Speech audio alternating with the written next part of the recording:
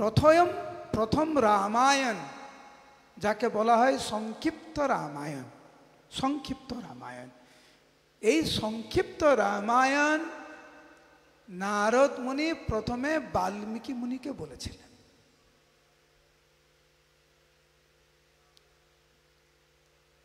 তো রামায়ণ শোনার পরে বাল্মীকি মুনির মনে আনন্দে ভরে উঠল এবং সারাক্ষণ কেবলমাত্র ভগবান রামকে নিয়েই তার চিন্তা। সব সময় শুধু নারদ ভগবান রামকে নিয়েই চিন্তা। নারদ মুনি তো সংক্ষিপ্ত রামায়ণ বলে চলে গেলেন।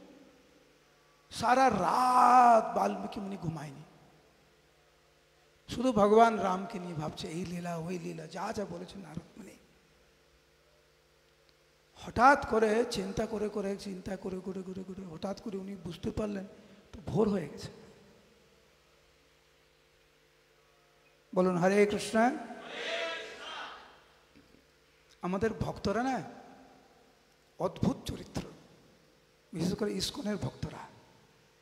আমি যখনই ক্লাস দেই এক দুজনকে পাই আমি তো ঘুমাচ্ছে, এবং তাদের আমার কি সৌভাগ্য, তারা একদম সামনেই বসে, পিছনে সামনেও বসবে। এটা একটা দিক। দ্বিতীয় দিক, ভালো দিকটা কি, একজন ভক্ত ক্লাস শুনতে শুনতে যতই ঘুমাক না কেন, যখন আমি হরে কৃষ্ণ বলবো ওরা কিন্তু সে হ থেকেই শুরু করে। আমি ভাবি যে ভক্ত ঘুমাচ্ছে হ থেকে কি করে শুরু করে, হরে কৃষ্ণ মানে হরেটা মিস যাবে, কৃষ্ণ থেকে শুরু করবে। আবার তাই না, এখন আমি আরেকটা জিনিস দেখলাম, আমি যখন হরে কৃষ্ণ বললাম, যিনি ঘুমাচ্ছেন তিনি 2 হাত তুলে হরে কৃষ্ণ বললেন। আমি ভাবছি এটা শুধু ভগবানের ভক্তদের পক্ষেই সম্ভব, আর কারো পক্ষে সম্ভব না, কারো পক্ষে সম্ভব না।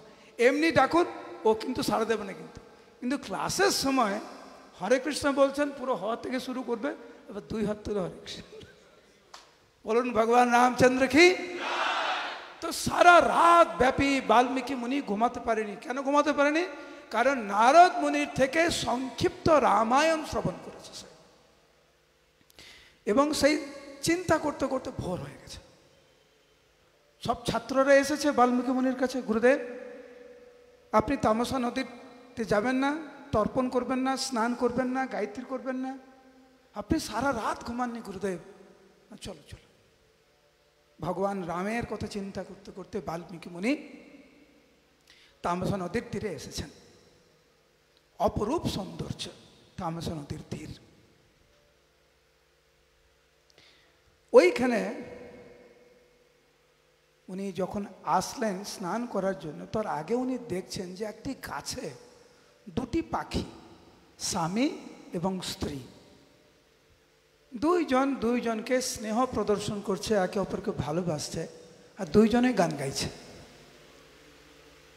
বাল্মীকি মুনি একদিকে রামায়ণের কথা চিন্তা করছে, ভগবান রামচন্দ্রের কাহিনী, তামসা নদীর তীর কত সৌন্দর্য, আর এই 2টি পাখি সুন্দর গাইছে, একে অপরকে স্নেহ প্রদর্শন করছে, ভালো লাগছে ওনার। হঠাৎ করে পুরুষ পাখি মানে প্রভু পাখি, হান্টার বা ব্যাট, ওকে তীর মারে, এবং একটু আগের মুহূর্তে যেটা আনন্দের মুহূর্ত ছিল 2 পাখির মধ্যে, এখন বিষাদ, এখন ক্রন্দন। পাখিটার বুকে তীর মাটিতে পড়ে গেল, আর স্ত্রী পাখি এসে কান্নাকাটি করছে তার প্রভুর শরীরের পাশে। বাল্মীকি মুনি ভাবছে এত নিষ্ঠুর ব্যাট, অত্যন্ত ক্রোধান্বিত হয়েছে। তখন ব্যাট যখন সামনে এসেছে, বাল্মীকি মুনি অভিশাপ দিলেন। বাল্মীকি মুনি অভিশাপ দিলেন যে হে নিষ্ঠুর ব্যাট, এরা যখন একে অপরের সাথে স্নেহের বন্ধনে আবদ্ধ, তুমি তখনই তাকে হত্যা করলে। সেই জন্য আমি তোমাকে অভিশাপ দিচ্ছি, যে একজন সাধারণ মানবের যতদিন বেঁচে থাকা উচিত তুমি ততদিন বেঁচে থাকবে না, তোমার আয়ু হ্রাস হবে। এইরকম অভিশাপ দিলেন বাল্মীকি মুনি। কিন্তু বাল্মীকি মুনি যখন এই কথাটা বলেছে না, আমি যখন কথাটা বলছি এটা পদ্য আকারে না গদ্য আকারে? আমি এখন কথা বলছি গদ্য আকারে। বাল্মীকি মুনি আগে পরে গদ্যর আকারে বলছিল, কিন্তু যখন অভিশাপটা দিয়েছে ভগবানের কি লীলা, ওটা পদ্য আকারে বেরিয়েছে অনুষ্টুপ ছন্দতে। তো ওটা দেওয়ার মানে অভিশাপটা দেওয়ার পরে মনে মনে ভাবছে, আচ্ছা আমি কবিতার ছলে কি করে কবিতা মানে অভিশাপ দিলাম? আমি তো এরকম করে ভেবে তো এরকম করে কবিতা বলিনি, এটা কি করে হলো? সঙ্গে সঙ্গে তার ছাত্রদেরকে জিজ্ঞাসা করছে, এই আমি কি অভিশাপ দিলাম এটা বলো তো। তখনকার দিন ত্রেতা যুগ না, একবার শুনলে সব মনে থাকে। ওনার যে শিষ্যরা ওই শ্লোকটা মুখস্থ হয়ে গেছে, তারা তখন বিনা বাজিয়ে উনি যে অভিশাপ দিয়েছে 2 লাইন কবিতার ছলে, সেটা গান গেয়ে শুনিয়েছে। গুরুদেব আপনি এরকম বলেছেন। বাল্মীকি মুনি বলছে এটা কি করে সম্ভব? গভীর চিন্তা, স্নান আদি করে সবার সাথে স্নান আদি করে উনি আশ্রমে ফিরে এসেছেন। আশ্রমে ফিরে এসে উনি শুধু ভাবছে এটা কি করে হলো, এটা কি করে হলো, আমি তো কবিতার ছলে বলিনি তো। আমি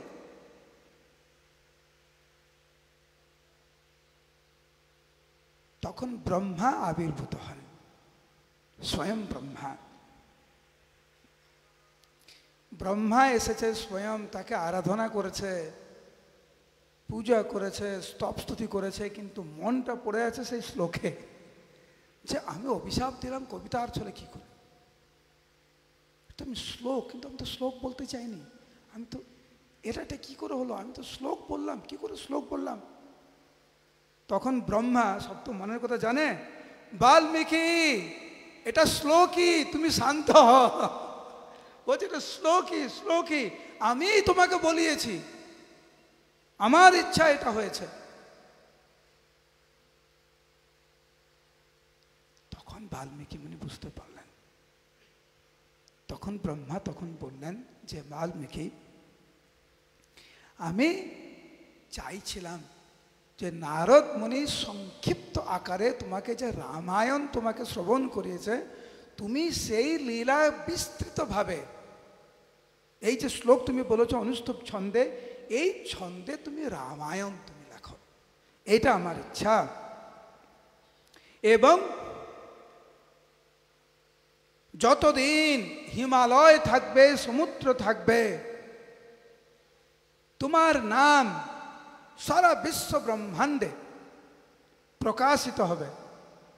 যতদিন রামায়ণ আলোচনা হবে মানবের মধ্যে, ততদিন তোমার নাম সবাই জানবে।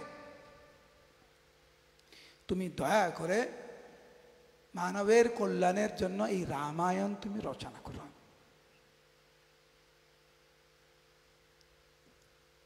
এবং ব্রহ্মা একটি বিশেষ বর দিয়েছিলেন যে আজ পর্যন্ত রামায়ণে যা যা হয়েছে তোমার কাছে সব কিছু প্রকাশ পাবে। এমনকি তুমি যদি চাও তো জানতে হনুমান ওই সময় কি চিন্তা করছিল, তুমি হনুমানের মনে প্রবেশ করতে পারবে। তুমি হরি বল। সেই জন্য রামায়ণে কোনো দোষ নাই, একদম শুদ্ধ। ব্রহ্মার বরে বাল্মীকি মুনি নিখুঁত রামায়ণ রচনা করেছিলেন, নিখুঁত, সব দর্শন করতে পেরেছিলেন। 24,000 শ্লোকের মাধ্যম দিয়ে বাল্মীকি মুনি রামায়ণ রচনা করলেন। বালখণ্ড, অযোধ্যাখণ্ড, অরণ্যখণ্ড, কিষ্কিন্ধাখণ্ড, সুন্দরখণ্ড, ইয়ুথখণ্ড।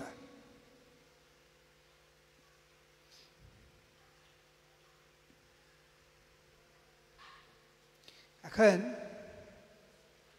24,000 শ্লোক রচনা করে উনি ভাবছেন কাকে শিখাবে এটা। সেই জন্য বাল্মীকি মুনি লব কুশকে শিখালেন এই রামায়ণ। লব কুশ কিন্তু জানতো না রাম হচ্ছে তাদের বাবা। বাল্মীকি মুনি সব জানে। 24,000 শ্লোক শিখিয়ে বাল্মীকি মুনির নির্দেশে যখন ভগবান রামচন্দ্র অশ্বমেধ যজ্ঞ করছিলেন, সেই সময় লব কুশ অযোধ্যায় আসে। আপনারা কোথায় এসেছেন? অযোধ্যা ধাম কি? তো অযোধ্যা ধামে লব কুশ আসলো। এসে রাস্তায় রাস্তায় দুইজনে বিনা বাজিয়ে রামায়ণ গাইতে লাগলেন সুমধুর কণ্ঠে। এরকম রামায়ণ তো আগে কেউ কোনোদিন শুনেনি। বিনা বাজিয়ে, তাও আবার ভগবানের সন্তানরা যখন ছোট ছোট বালক যখন গাইছে, সবার মন হরণ করে নিচ্ছে। পুরো অযোধ্যাবাসী স্তম্ভিত রামায়ণ শ্রবণ করে। সমস্ত ভক্তদের এত ভালো লেগেছে, হনুমান আদি সবার মন জয় করে নিয়েছে লব কুশ। সবাইকে ভগবান রামকে বলছে, প্রভু দুইজন অপূর্ব বালক এসেছে অযোধ্যায়, তারা খুব সুন্দর আপনার চরিত্র কথা তারা গাইছে, আপনি যদি দয়া করে একবার শ্রবণ করেন। ভগবান রাম বলছেন, আমার লীলা কথা, কে এই বালক? প্রভু আপনি যদি না দেখেন, না শোনেন, আপনি যে আমরা যে কি আনন্দ পাচ্ছি, আনন্দটা আপনি পাবেন, দয়া করে শ্রবণ করুন আপনি। ভগবান বললেন, ঠিক আছে, নিয়ে আসো ওদেরকে। পুরো রাজসভা, রামচন্দ্র বসেছে সিংহাসনে, রামের মায়েরা, সমস্ত প্রজারা, সমস্ত মন্ত্রীরা, লক্ষ্মণ, হনুমান, শত্রুঘ্ন সবাই আছে। আর লব কুশ ওই রাজ দরবারের মানে দরজা দিয়ে প্রবেশ করছে। ওই দুজনকে দেখেই রামের মনে অনেক আনন্দ, আর রামায়ণ শুরু করেছে। রামায়ণ শ্রবণ করতে করতে ভগবান রাম এত মুক্ত হয়ে গেছে, রামচন্দ্র ভুলেই গেছে যে এটা উনার চরিত্র কথা বলছে। এটা কার কথা বলছে? এত সুন্দর, কার কথা বলছে? মাঝে মাঝে মনে হয় না আমাদের? কিন্তু হয়, কোনো কিছু দেখে আমরা এতটা অবাক হই, কখন যে মুখটা হাঁ হয়ে গেছে আমরা কিন্তু জানি না। তখন কেউ বলে, এই মুখ বন্ধ কর, এরকম হয় না? এরকম, হ্যাঁ, কখন যে আমাদের অটোমেটিক মুখটা হাঁ হয়ে গেছে আমরা কিন্তু বুঝতে পারি না। আর একটা জিনিস দেখবেন, যখন খুব ভালো সময় যায় আমাদের, ধরুন দুইজন বসে গল্প করছেন, দুই বন্ধু, ঘনিষ্ঠ বন্ধু, আপন মনের কথা খুলে বলছেন, কখন যে 1 ঘন্টা হয়ে গেছে বুঝে যায় না। রামচন্দ্র রামায়ণ শুনতে শুনতে ঘন্টার পর ঘন্টা যে কখন অতিবাহিত হয়ে গেছে কেউ জানে না। ভগবান রামচন্দ্র পুরো মোহিত নিজের চরিত্র কথা শ্রবণ করে। সেখানে বর্ণনা করা হয়েছে যে রামচন্দ্র কখন যে উনার সিংহাসন থেকে উঠে কখন যে মাটিতে বসে গেছে সেটা উনি জানেন না।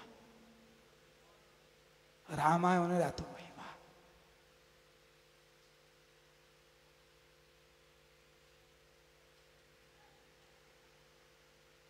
আর আমাদের সৌভাগ্য,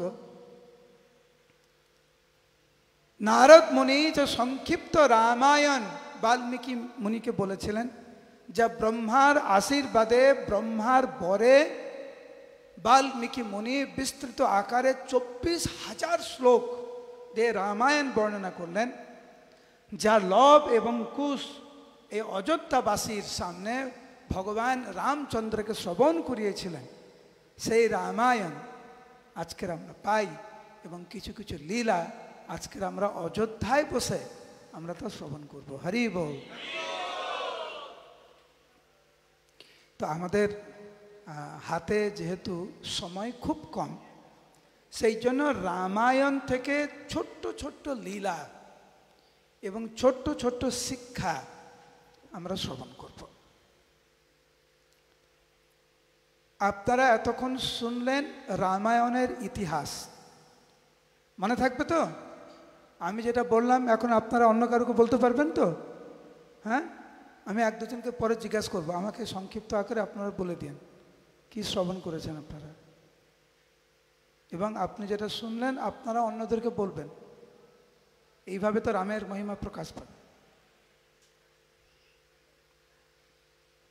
ভগবান রামকে যখন ওনার পিতা আদেশ দিলেন বনবাসে যেতে, যেহেতু ওনাকে ওইখানে যদি বসতে চায় তো বাংলা বোঝে না।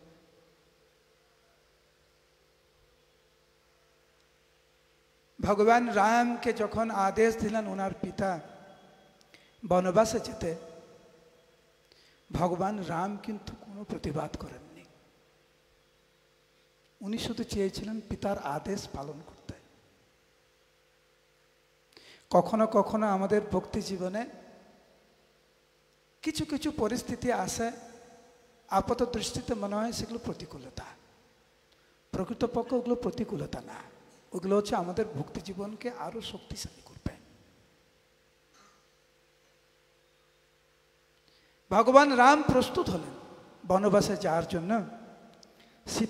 সীতা মায়ের কাছে গিয়ে বললেন, এ সীতে, তুমি এখানেই থাকো, বাবা তো আমাকে যেতে বলেছে বনবাসে, তোমাকে তো যেতে বলেনি, তো আমি চাই তুমি এইখানে থেকে রাজপ্রাসাদে থেকে তুমি মায়ের সেবা করো, আমার পিতার সেবা করো, সবাইকে সম্মান দিয়ে চলো, আমার জন্য অপেক্ষা করো, আমি শীঘ্রই তাড়াতাড়ি ফিরে আসবো, তোমার কাছে ফিরে আসবো আমি।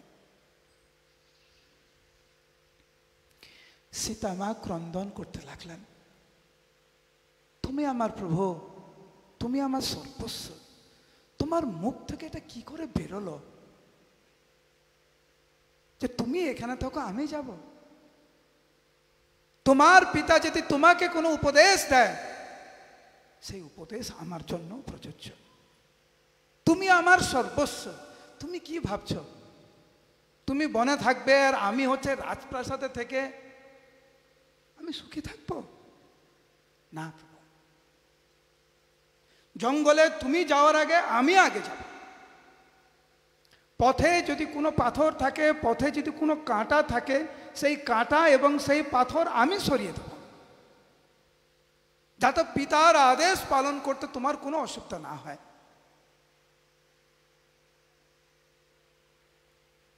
ভগবান রামকে সীতা মা বোঝানোর চেষ্টা করছেন, ভগবান রামও বোঝানোর চেষ্টা করছেন যে রাজপ্রাসাদে থাকা যতটা সুবিধা, বনে কিন্তু থাকা ততটা সুবিধা না। মা সীতা বললেন, বনবাসেই আমার প্রকৃত জীবন, তোমার সাথেই আমার প্রকৃত জীবন, এটা জীবন বলে না এটাকে।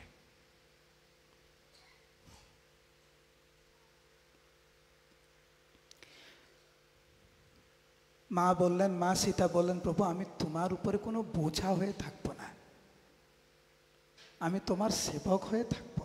তুমি হয়তো ভাবছো আমি স্ত্রী লোক, আমাকে বনে নিয়ে যাবে, তোমার প্রতি এটা একটা বোঝা।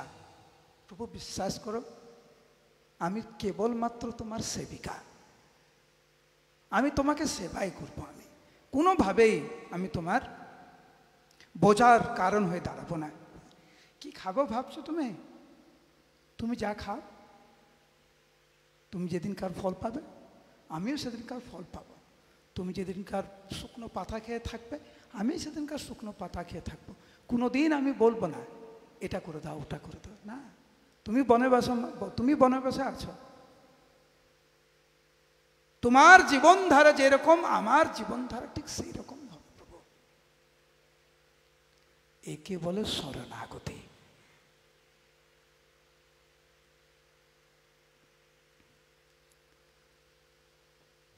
ভগবান রাম বারবার বোঝানোর চেষ্টা করছেন, সীতা মা শেষ পর্যন্ত বললেন যে তুমি যদি আমাকে ছেড়ে যদি একা একা বনে যাও, আমার মৃত্যু ছাড়া আমি আর কোনো উপায় দেখি না। সেজন্য দয়া করে তুমি আমাকে নিয়ে চলো। করুণা না হইলে কাঁদিয়া কাঁদিয়া প্রাণ না রাখিব আর। ভক্তিবিনোদ ঠাকুর গেয়েছেন, সরঙ্গ শরণাগতি হইবে যাহার, তাহার প্রার্থনা শুনে শ্রীনন্দ কুমার।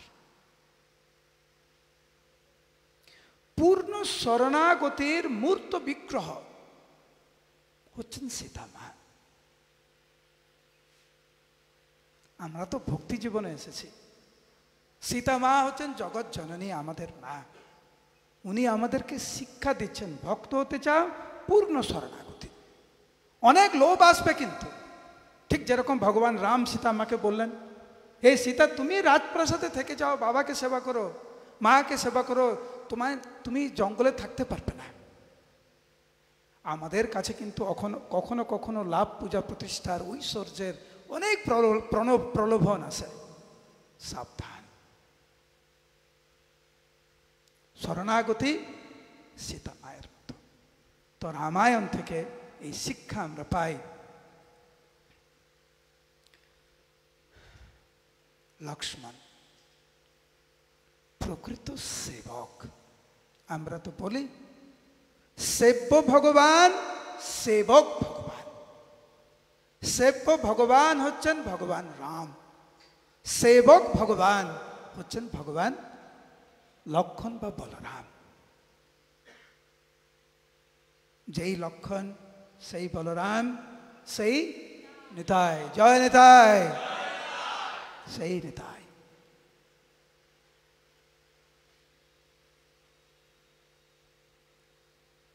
লক্ষণকে ভগবান রাম যখন নিষেধ করলেন যে তোমাকে যেতে লাগবে না,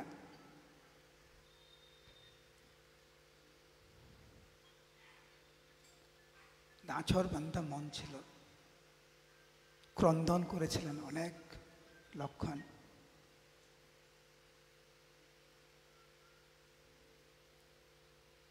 রাজি হলেন। আপনারা জানেন ভগবান রাম কত বছর বনে ছিল? 14 বছর।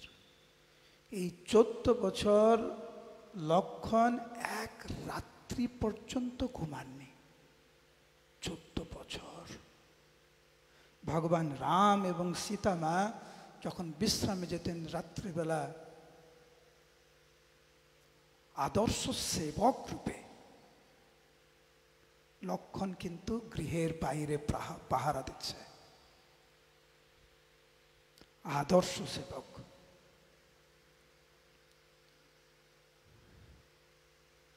সব সময় রামের সঙ্গে, এবং সেই সেবা করতে গিয়ে কিন্তু অনেক পরীক্ষার পরিচয় দিতে হয়েছে। যখন মরিচা, মনে আছে, সেই সোনার হরিণ রূপ ধারণ করে,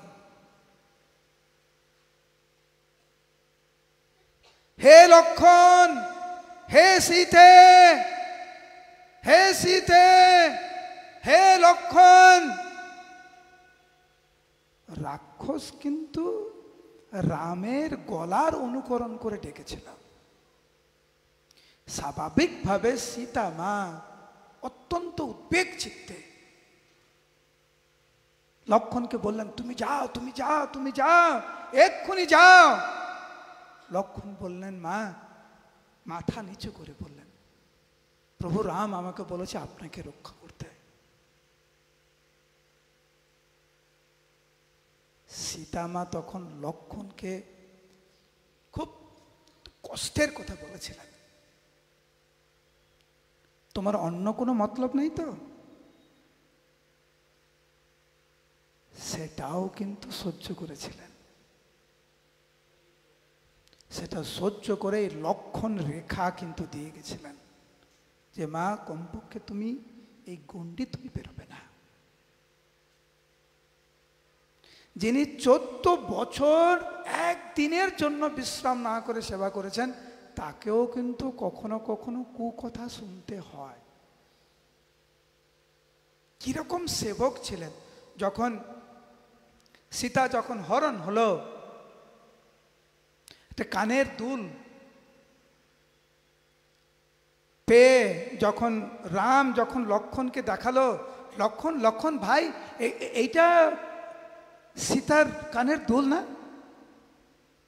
লক্ষ্মণ বললেন হাত ছেড়ে করে যে দাদা আমি কিন্তু সীতা মায়ের মুখের দিকে তাকাইনি, সবসময় ওনার চরণের দিকে তাকিয়েছিলাম। সীতা মায়ের নূপুর আমি চিনতে পারবো, কানের দুল আমি চিনতে পারবো না। কিরকম সেবক ছিলেন হনুমান, কিরকম সেবক ছিলেন লক্ষ্মণ। যখনই আমরা রামায়ণের সেবক শব্দটি শুনি, দুটি নাম সবচাইতে আগে আসে, এক হচ্ছে লক্ষ্মণ, দ্বিতীয় হচ্ছে হনুমান। গৌড়ীয় বৈষ্ণবরা হচ্ছে দাস্যরসের ভক্ত। আমাদের আদর্শ হচ্ছেন সেবক ভগবান প্রভু লক্ষ্মণ।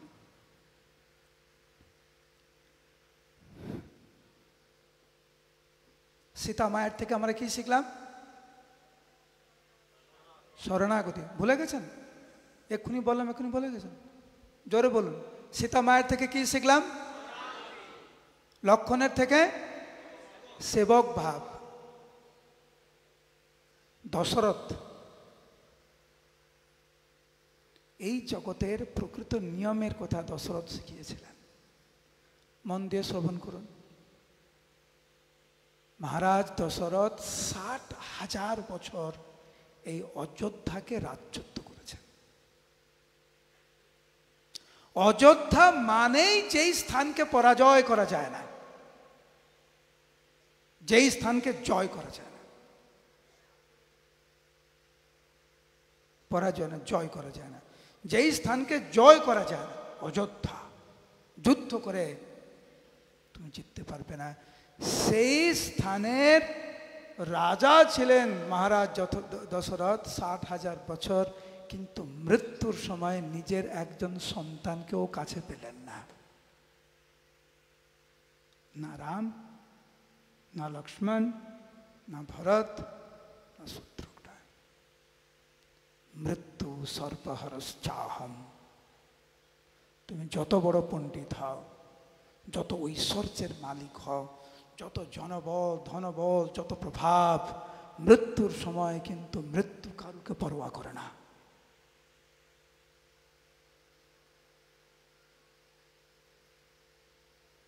এই জগতের প্রকৃত রূপ আমাদেরকে দশরথ মহারাজ দেখিয়ে গেলেন। এখানে কেউ আছেন নাকি যিনি ভাবছেন এই দেহের কোনোদিন পতন হবে না? আমার কিছু হবে না, আমার দাদা ঠাকুর দাদা পাড়া প্রতিবেশী সবার মৃত্যু হচ্ছে, আমার কিছু হবে না। আপনি কি ভাবছেন আপনার শরীরটা অযোধ্যা? দেখে গেলেন দশরথ মহারাজ এই জগতের প্রকৃতির নিয়ম। পরের দৃষ্টান্ত আমাদের ভক্তি জীবন হচ্ছে ভরত, যিনি তার কাঁধে অনেক ভার বহন করে গেছেন। এখানে কেউ নেই যে বলতে পারবে যে তার কাঁধে কিছু ভার নেই। শারীরিক ভার, মানসিক, পাড়ার প্রতিবেশীদের একটা চাপ, অর্থনৈতিক চাপ, কত রকমের চাপ, সম্পর্কের চাপ, কত রকমের চাপ আমাদেরকে স্বীকার করতে হয়। ভরত মহারাজ উনি যে চাপ স্বীকার করেছিলেন তা আমাদের কল্পনার বাইরে। ভরত তার হৃদয়ের সবচাইতে যিনি প্রিয় ছিলেন, প্রাণ প্রিয়, যার জন্য সব কিছু ত্যাগ করতে রাজি, তিনি হচ্ছেন প্রভু রাম। প্রভু রাম হচ্ছে ভরতের জন্য সর্বস্ব। তাকেই কটূক্তি কথা শুনতে হয়েছে যে তোমার জন্যই অযোধ্যাবাসী কিন্তু দায় করেছিলেন ভরতকে। তোমার জন্য প্রভু রামকে, আমাদের প্রাণ প্রিয় প্রভু এই বসো, হয় বসো নাহলে দূরে বসো, যে কোনো একটা, যে তোমার জন্যই আমাদের প্রাণ প্রিয় প্রভুকে বনবাসে যেতে হয়েছে, তোমার সিংহাসনের লোভ না? দেখুন, নিজের লোকই ভরত মহারাজকে দায়ী করছে। যখন মামা বাড়ি থেকে ফিরে আসলেন ভরত এবং শত্রুঘ্ন, কৌশল্যা তখন ভরতকে বলছে, হে ভরত, হে বৎস, তুমি নিশ্চয় এখন খুব খুশি যেহেতু রাম এখানে নেই। তুমি এখন রাজা, থাকো না তুমি তোমার মাকে নিয়ে এই রাজ্যে, আমাকে একটু করুণা করো ভরত, তুমি তো এখন রাজা হবে, আমাকে বনবাসে পাঠিয়ে দাও তুমি, আমি রামের সাথে থাকতে চাই। এই যে কথাগুলি যে মা কৌশল্যা ভরতকে বলছিলেন, একদম তীরের মতো বিদ্ধ করছিল একদম। কারণ কৌশল্যাকে উনি মায়ের মতো কেন, মায়ের থেকেও বেশি ভালোবাসতেন, সম্মান করতেন, তার থেকে এইসব কথা শুনতে হচ্ছে। তোমার মা আজ কত খুশি যেহেতু আমার সন্তান এখন অযোধ্যাতে নেই, তুমিও নিশ্চয় খুব খুশি, আমাকে বিদায় দাও তুমি।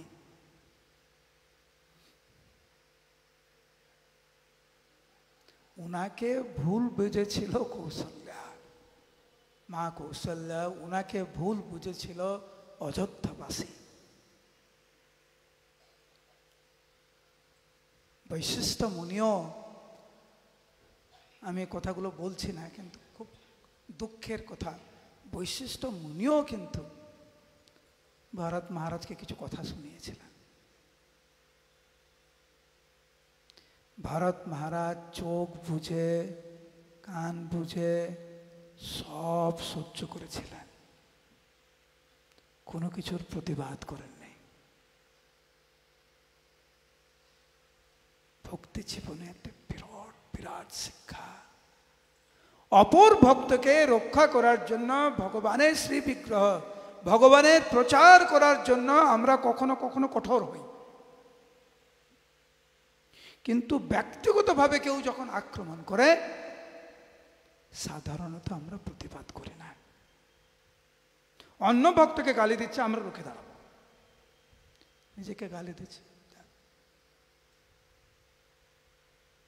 সহ্য করা কাকে বলে, এটা ভরত মহারাজের থেকে আমাদেরকে শিখতে হবে।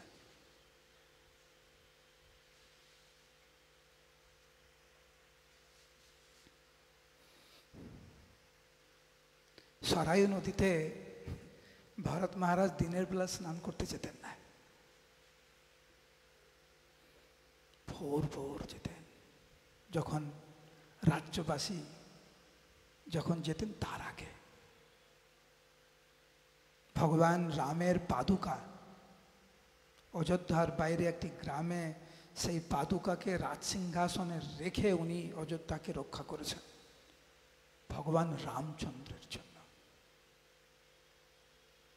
আমাদের জীবনে, আমাদের ভক্তি জীবনে এই রকম অনেক পরিস্থিতি আসবে। বাংলাটা কথা আছে না, যে সয় সে রয়।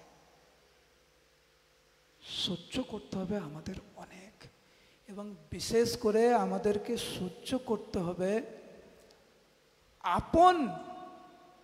আপন জনদের থেকে যে অপমান।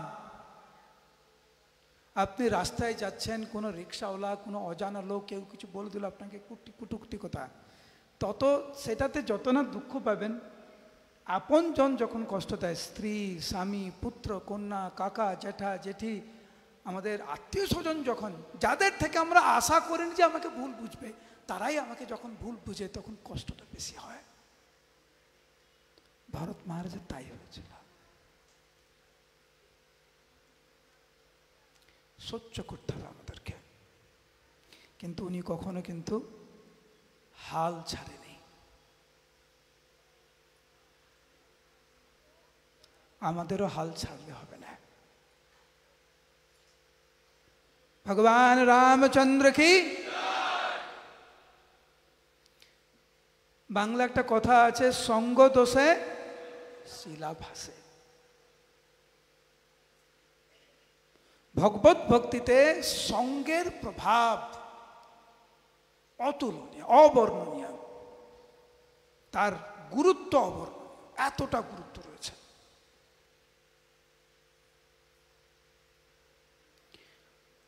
যে জব করে না, যে জব করার সময় সবসময় কথা বলে, তার পাশে যদি বসে জব করেন, দুদিন পরে দেখবেন আপনিও জব করার সময় শুধু কথা বলতে ইচ্ছা হবে। আর যে জবের সময় কথা বলে না, কেবল জব করে, তার পাশে বসে আপনি জব করুন, আপনারও এরকম স্বভাব হবে। আমরা কিন্তু মানুষ কিন্তু অভ্যাসের দাস, তাই না? বিষয়টা হচ্ছে কোন অভ্যাসে আমরা অভ্যস্ত, ভালো অভ্যাস না খারাপ অভ্যাস। সঙ্গতে আমরা অভ্যস্ত। আপনারা এখন এই 600 ভক্তদের সঙ্গে আমরা অযোধ্যা যাত্রা করছি।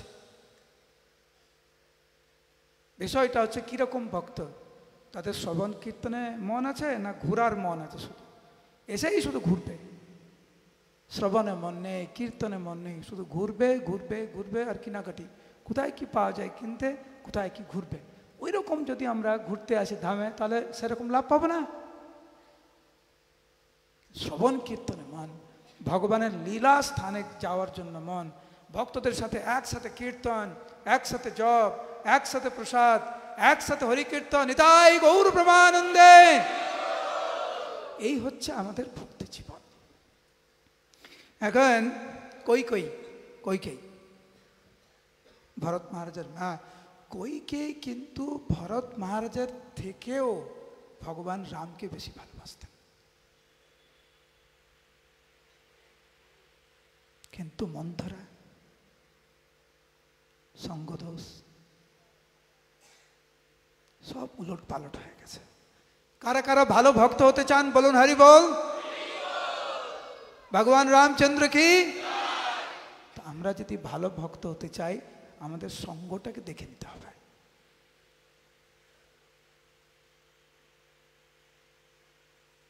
খুব সাবধান।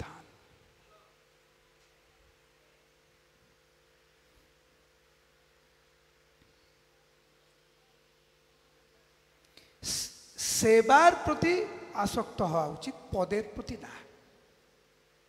এটা রামায়ণ থেকে একটা বড় শিক্ষা। ভগবান রাম পদের প্রতি কোনো আসক্ত ছিল না, সেবার প্রতি আসক্ত।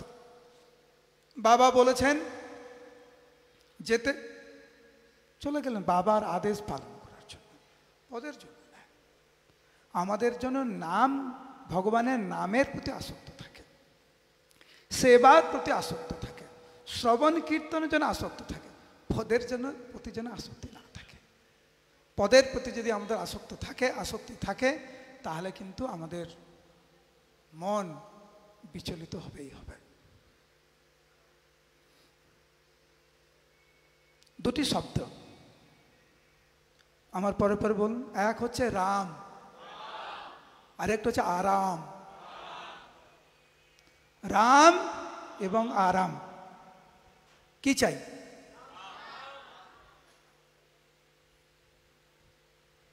খুব সাবধান।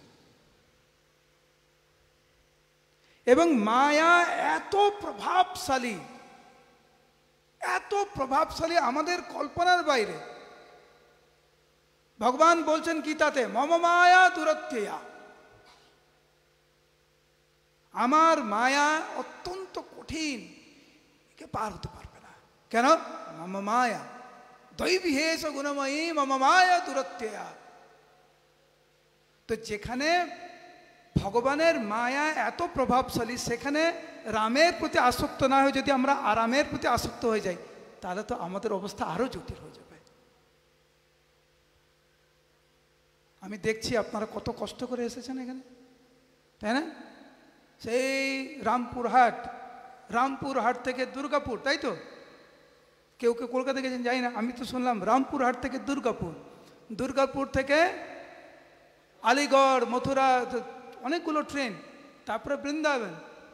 তো বৃন্দাবনে আবার কত জায়গা পরিক্রমা, গোবর্ধন পরিক্রমা ইত্যাদি ইত্যাদি, আবার কষ্ট করে এখানে এসেছেন। রামের প্রতি অল্প হলেও তো আসক্তি আছে আমাদের, সেই জন্য তো আমরা এসেছি। এখন শুধু সাবধান থাকতে হবে ওই রামের সাথে আসক্তি থাকার সাথে সাথে যেন আরামের প্রতি যেন আমরা আসক্তি না হয়ে যায়, তাহলে কিন্তু আমরা বিপদগামী হয়ে যাবো। আমরা ভগবান রামচন্দ্র কি। অলসতা, অলসতা কিন্তু আমাদের ভক্তি পথ থেকে বিচ্যুত করবে। ভগবান রাম যখন অযোধ্যা ছেড়ে যাবেন যেই দিনকার, অযোধ্যাবাসী ভগবান রামকে বিন্দু মাত্র ছাড়তে চাইছেন না। ভগবান রাম যতই বুঝাচ্ছেন অযোধ্যাবাসী প্রভুকে ছাড়তেই না। পুরো অযোধ্যাবাসী রামের সাথে গিয়েছে। প্রথম রাত্রিতে পুরো অযোধ্যাবাসী রামের সাথেই জঙ্গলে ঘুমিয়েছে। রাত্রিবেলা অযোধ্যাবাসী ঘুমিয়ে গেছে। যেই ঘুমিয়ে গেছে অযোধ্যাবাসী, ভগবান রামচন্দ্র সীতা মাকে এবং লক্ষ্মণকে নিয়ে ওখান থেকে চলে গেছে। সকালে ঘুম থেকে উঠে দেখে অযোধ্যাবাসী যে প্রভু রাম নাই। যার ঘুমের প্রতি অনেক আসক্ত, অনেক আসক্তি, সে কিন্তু প্রভুকে পাওয়া খুব মুশকিল। একটি হচ্ছে জিহ্বার লালসে যে ইতি উতি ধায়, কৃষ্ণদর পরায়ণ কৃষ্ণ নাহি পায়। আর একটা হচ্ছে ঘুম, ক্লাসে ঘুম, জপের সময় ঘুম, শুধু খাওয়া বাদ দিয়ে সব কিছুতে ঘুম। খাওয়ার সময় ঘুম নেই আমাদের। এইটা কিন্তু ভয়ঙ্কর। প্রভু রাম কিন্তু ছেড়ে চলে গেলেন। সবাই ঘুমাচ্ছিল, ছেড়ে চলে গেছে। বলুন হরে কৃষ্ণ।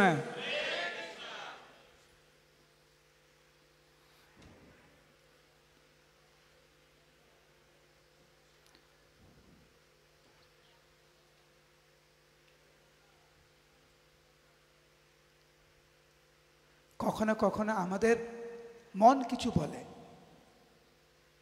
আমরা কিছু করতে চাই, কিন্তু প্রভু কি বলছে, গুরুদেব কি বলছে, তার উপরে বেশি প্রাধান্য দিতে হবে। ভগবান রামচন্দ্র ভরত মহারাজকে বলেছিলেন তুমি রাজ্যে ফিরে যাও।